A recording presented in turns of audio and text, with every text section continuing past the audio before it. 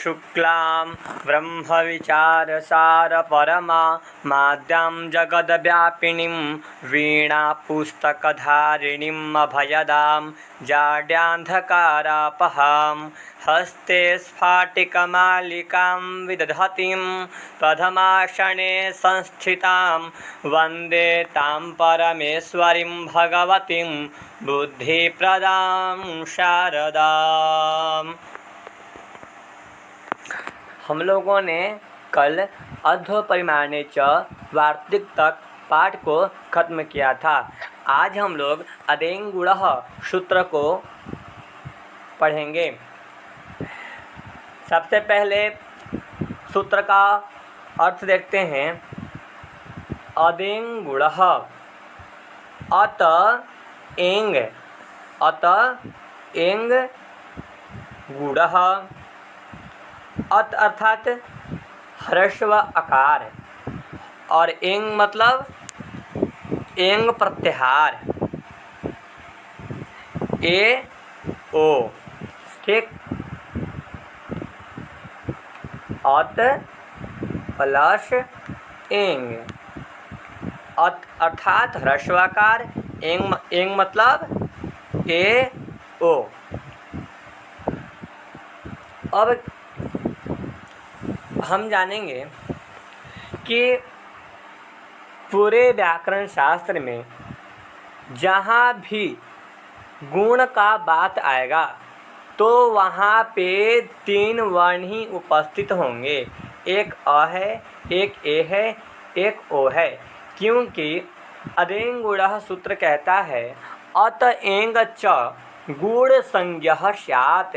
अर्थात अत अर्थात ह्रस्व आकार और एंग की अर्थात ए ओ की गुण संज्ञा होती है।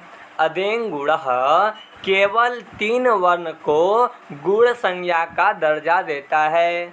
अर्थात पूरे व्याकरण शास्त्र में जहाँ भी गुण का बात आएगा तो वहाँ पे इन तीनों वर्ण में ही से कोई ना कोई आदेश होंगे। अदेंगुणः सूत्र में जो पढ़ा गया है अ ए ओ, यही आदेश होंगे। इन्हीं की गुण संज्ञा अदेंगुणः सूत्र कर रही है। ठीक, अब कहते हैं कि अत से और से हम ह्रस्वाकार ही क्यों लेंगे? क्योंकि हमने अणुदित सवर्णस्य चा प्रत्ययः सूत्र संज्ञा प्रकरण में पढ़ा था। उसमें हम पढ़े थे और प्रत्याहार में अ आ ही जाएगा, और हो या उदित हो। ठीक, और वह अगर अप्रत्यय हो तो वह अपने सवर्ण का बोधक होता है। इस तरह अ का ह्रस्व दीर्घ प्लुत उदात्त अनुदात्त स्वरित अनुनासिक के भेद से 18 प्रकार के अ का अपने सवर्णी का बोध करवा लेगा। ठीक, तो इसलिए एक सूत्र है तपरस तत्कालस्य कहता है तात परश्चोच्चार्यमाण समकालस्यैव संज्ञा स्यात्। ठीक, तपरस तत्कालस्य में 2 शब्द है। सबसे पहले हम कर लेते हैं तपरः, दूसरा क्या है तत्कालस्य। ठीक, तत्कालस्य। तपर शब्द के 2 अर्थ हैं। तपर शब्द के कितने अर्थ हैं? 2 अर्थ हैं। एक तपर शब्द का अर्थ है तह परो यस्मात्, और दूसरा अर्थ क्या है? तात परः। पहला अर्थ है तह परो यस्मात्, दूसरा अर्थ है तात परः। ठीक, सबसे पहले हम लिख लेते हैं अत एंग, क्योंकि हम इनके बारे में ही पढ़ रहे हैं। अत एंग, अत में अब देखिए सब पहला जो अर्थ है तह परो यस्मात्, उसका अर्थ क्या अर्थ होगा? तकार से परे, तह परो यस्मात्, तह परो यशमात, अर्थात तकार से पर में जो वर्ण है, तकार से पर में कौन सा वर्ण है? एंग। ठीक, तकार से पर में कौन सा वर्ण है? एंग, अर्थात ए ओ। तकार तह परो यशमात। सबसे पहले हम तपरस तत्काल सूत्र को अच्छे से घटाएंगे।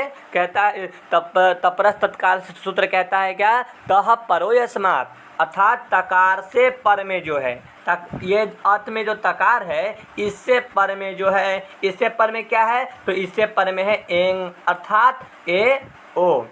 दूसरा अर्थ है तात परह। दूसरा क्या अर्थ है?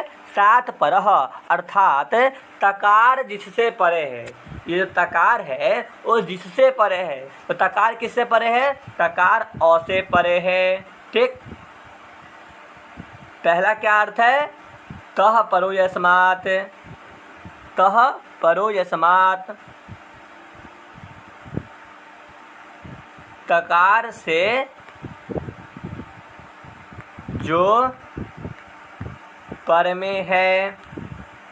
ठीक, और दूसरा अर्थ क्या है? तात परह, अर्थात तकार जिससे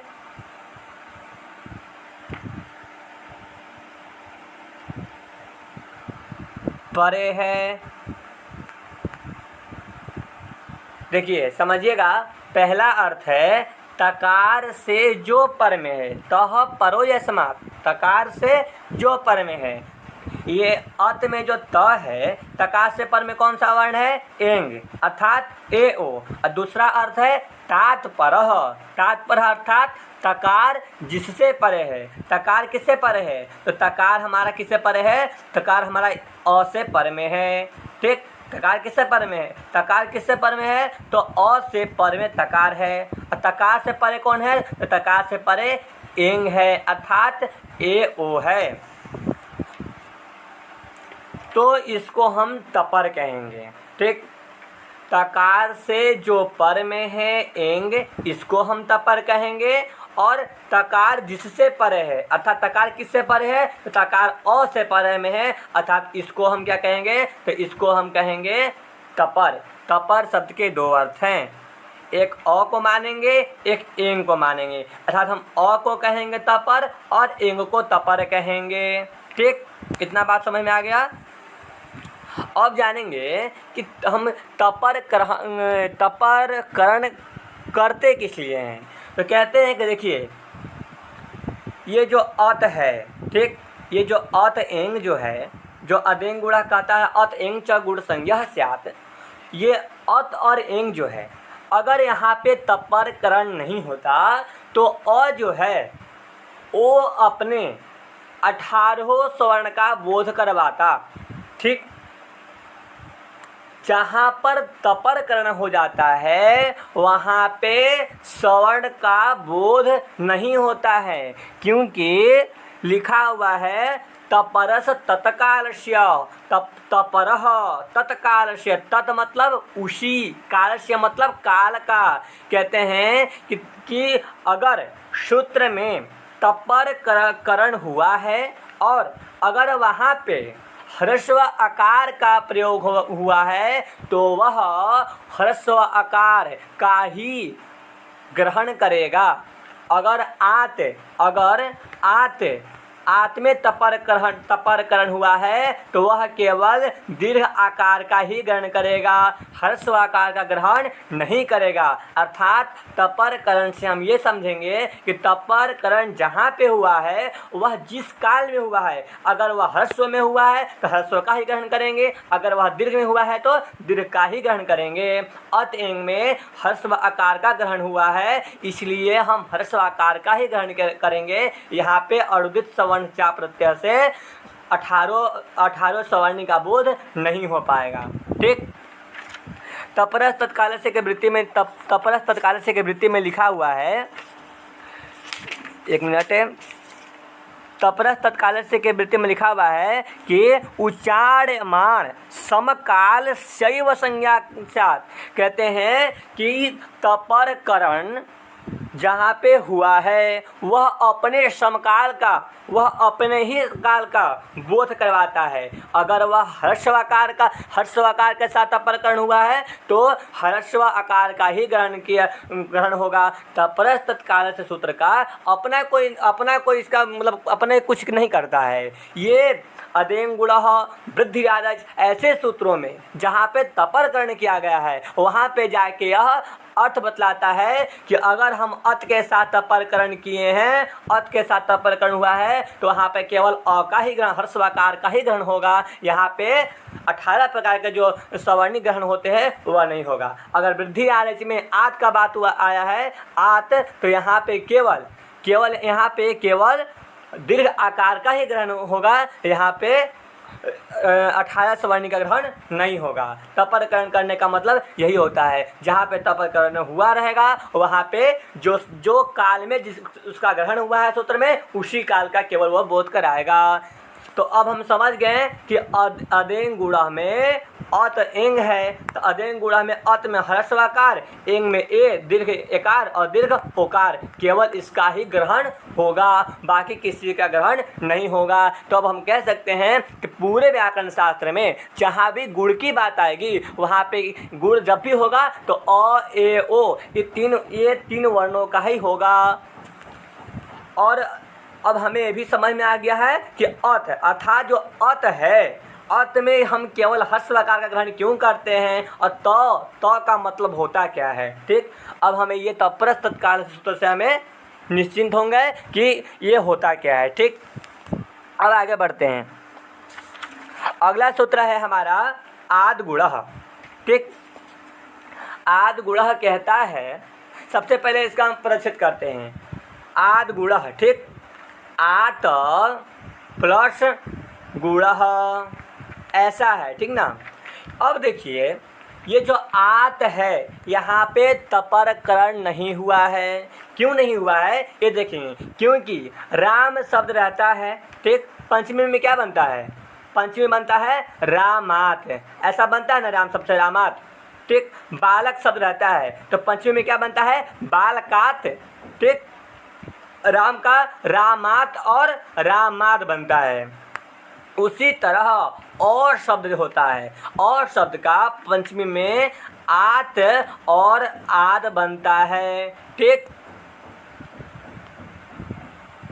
और शब्द के पंचमी में क्या बनता है, आत और आद। तो यहाँ पे तपरकरण ना हुआ है, यहाँ पे और शब्द है। क्या, कौन सा शब्द है, और शब्द है। और शब्द का पंचमी में क्या बनता है, आत। तो यहाँ पर आद गुणः में क्या लिखा हुआ है, आद गुणः, अर्थात आत गुणः, अर्थात और शब्द का पंचमी में आत बनता है। यहाँ पे तपरकरण नहीं हुआ है, इसलिए हम निसंदेह समझना चाहिए कि यहाँ पे और शब्द का पंचमी में आत रूप बनता है और वही आत यहाँ पे लिखा हुआ है। अब देखिए आत है तो हम सूत्र से अर्थ निकालते हैं। आत है, ठीक, तो हम कह सकते हैं अ को हम अवर्ण भी कह सकते हैं ना। आत है तो अवर्ण, तो कहेंगे अवर्ण, और ये आत है तो हम इसको अवर्ण कहेंगे, और इसको त है तो हम बोल सकते हैं अवर्णात है। ऐसा हम कह सकते हैं, कोई दिक्कत तो नहीं इसमें, अवर्णात है। ठीक, तो आत को हम क्या कहेंगे, अवर्णात है। और सबसे पंचमी में आत बना है तो अ को हम अवर्ण कहते हैं, तो हम कहते हैं, हम इसको आत के स्थान पर लिखते हैं अवर्णात। अब देखिए ये जो सूत्र है आद गुणः, ये सूत्र कहाँ का है, 6 और 6-1-87। ये जो सूत्र है आद गुणः, ये 6ठा अध्याय के प्रथम पाद के 87 नंबर का श्लोक है। ठीक, बोर्ड बहुत छोटा है। आद गुणः ये सूत्र कब कहाँ का है, 6 अध्याय पहला पाद का 87 नंबर का यह श्लोक है। ठीक, अच्छा, इको यणची सूत्र है वो कहाँ का है, इको यणची सूत्र है 6 अध्याय पहला पाद का 77 क्रमांक का ये सूत्र है, 6-1-77 का। ठीक, तो इसमें क्या करते हैं कि इको यणचि सूत्र से इसमें अचि की अनुवृत्ति आती है, क्योंकि इको यणचि जो है 6×1=77 का है और आद गुणा जो है 6×1=87 का है। कुछ लोग कहते हैं कि भैया सूत्र में केवल 2 शब्द लिखा हुआ है, आद और गुणा, लेकिन वृत्ति में तो बहुत सारा शब्द लिखा होता है। वृत्ति में अच ले आते हैं आप वृत्ति में कहीं कहीं क्रमांक ले आते हैं तो कहीं कुछ ले आते हैं। तो देखिए ऐसा होता है कि हम लोग संज्ञा प्रकरण में पढ़े थे कि सूत्रेषु अदृष्टम पदम सूत्रांतरादनुवर्तनीयम सर्वत्र। कहते हैं पूरे व्याकरण शास्त्र में अगर कहीं पर कुछ घट रहा हो, कोई पद की कमी पड़ रही हो, अगर कुछ सूत्र में पद दिखलाई ना पड़ रहे हो तो उसको दूसरे सूत्रों से अनुवर्तन कर लेना चाहिए, ले आना चाहिए इस तरह। हाँ, तो इसी तरह हम जानेंगे कि सूत्र से अर्थ हम कैसे निकालेंगे। तो सबसे पहले देखिएगा कि इको यणचि जो सूत्र है 6×1=77 नंबर का है और आद गुणा जो सूत्र है वह 6×1=87 का है। तो ये जो इको यणचि जो सूत्र है इससे अचि पद की अनुवृत्ति आती है। तो हम ऐसा कर सकते हैं कि आद गुणा का हम लिख देते हैं अवर्णात। ठीक है, अवर्णात लिख दिए।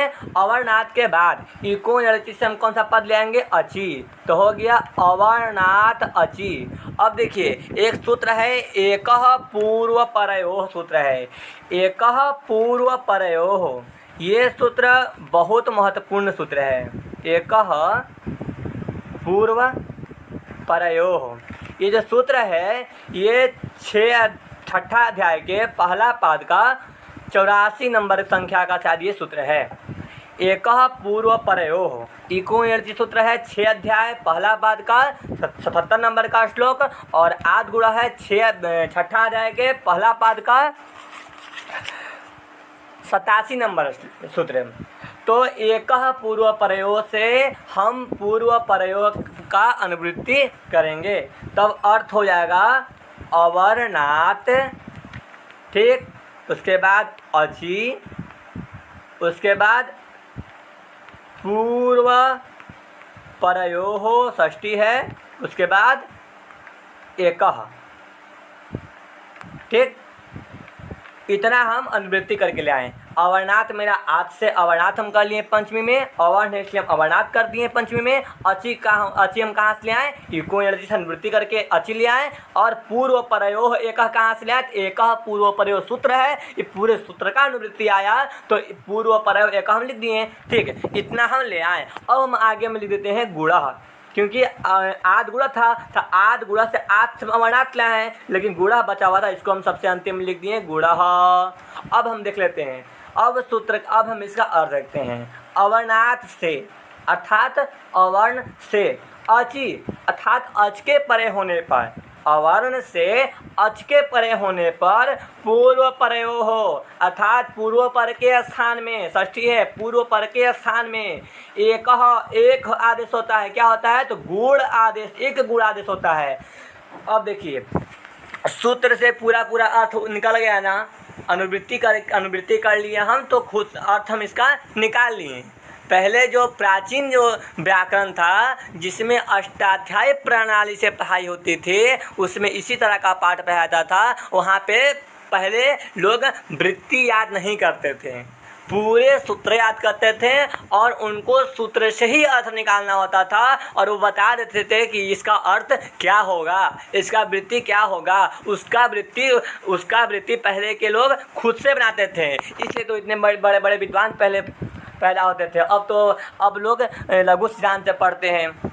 ठीक, तो हमें इतना समझ में आ गया कि अवर्णात अचि पूर्व परयोः एकः गुणः, इतना हम सूत्र से अर्थ निकाले। अब हम वृत्ति को देख लेते हैं कि वृत्ति में क्या लिखा है। तो वृत्ति में लिखा है अवर्णात अचि परे पूर्व परयोः एको गुण आदेश से, आप वही बात लिखा है जो सूत्र से अर्थ निकलता है वही वृत्ति में लिखा हुआ है। इसलिए कभी घबराना नहीं चाहिए कि यहाँ पे सूत्र में केवल 2 शब्द है और आप वृत्ति में इतना अर्थ क्यों लिया है। क्योंकि अगर आप प्रयास करेंगे, अगर आप समझेंगे कि अनुवृत्ति किस तरह होती है, अनुवृत्ति करके अगर आप खुद से अर्थ निकालेंगे तो ज़्यादा सही रहेगा। इसलिए हर बात को याद रखिए, कहाँ से किसका अनुवृत्ति आया है और उसी से हम अर्थ निकाल लेंगे। ठीक, अब हमें समझ में आ गया अब हम आद्गुणः सूत्र के बारे में अच्छे से हमें लगता है कि हम पढ़ लिए। अब इसका प्रयोग, इसमें कुछ बना हुआ है, इसका सिद्धि कर लेते हैं। तो इसमें प्रयोग सबसे पहला बना हुआ उपेंद्रः। उपेंद्रः ये प्रयोग बना हुआ है। उपेंद्र, देखिए उपेंद्र जो था वो शायद उनका इंद्र भगवान का नाम था। ये वामन भगवान का, इंद्र वामन के अवतार थे शायद, हाँ वामन के अवतार थे। इंद्र भगवान के छोटे भाई साहब का नाम था उपेंद्र। ठीक, कश्यप अदिति के 2 पुत्र थे, एक का नाम था इंद्र और एक का नाम था उपेंद्र। इंद्र के छोटे भाई, उपेंद्र का अर्थ होता है इंद्र के छोटे भाई। ठीक, इसका संधि विच्छेद क्या होगा? उप धन इंद्रा। ठीक, ये संधि विच्छेद हो गया, इसमें संदेह नहीं है। अब यहाँ पर हम लगाएंगे सूत्र आद्गुणः। कहता है अवर्ण से अच के परे होने पर।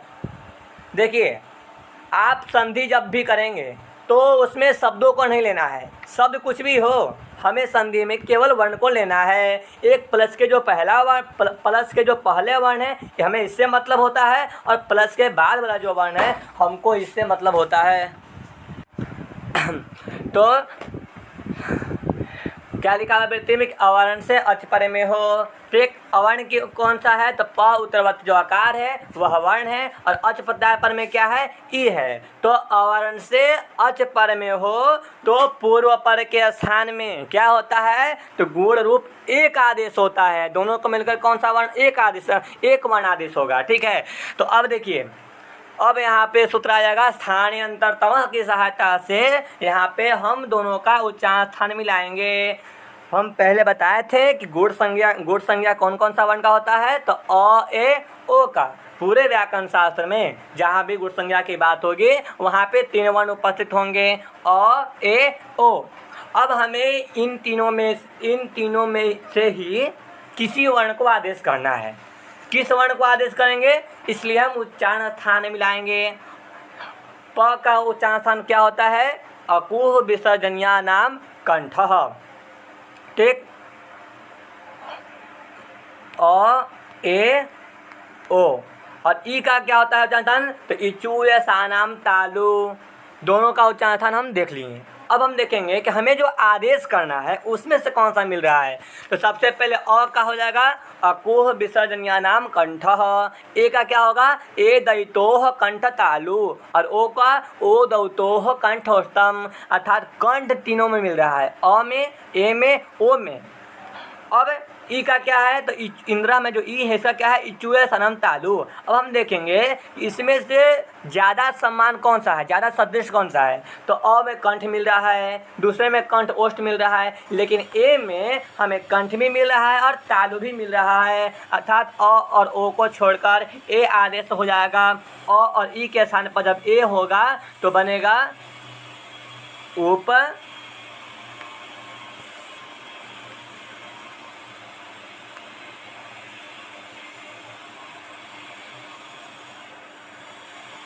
प्लस ए प्लस न और द्रह। जब मिला देंगे तो बन जाएगा उपेंद्रः। इसी तरह अगर हमें राजेंद्र बनाना हो तो राज शब्द रहेगा प्लस इंद्र रहेगा।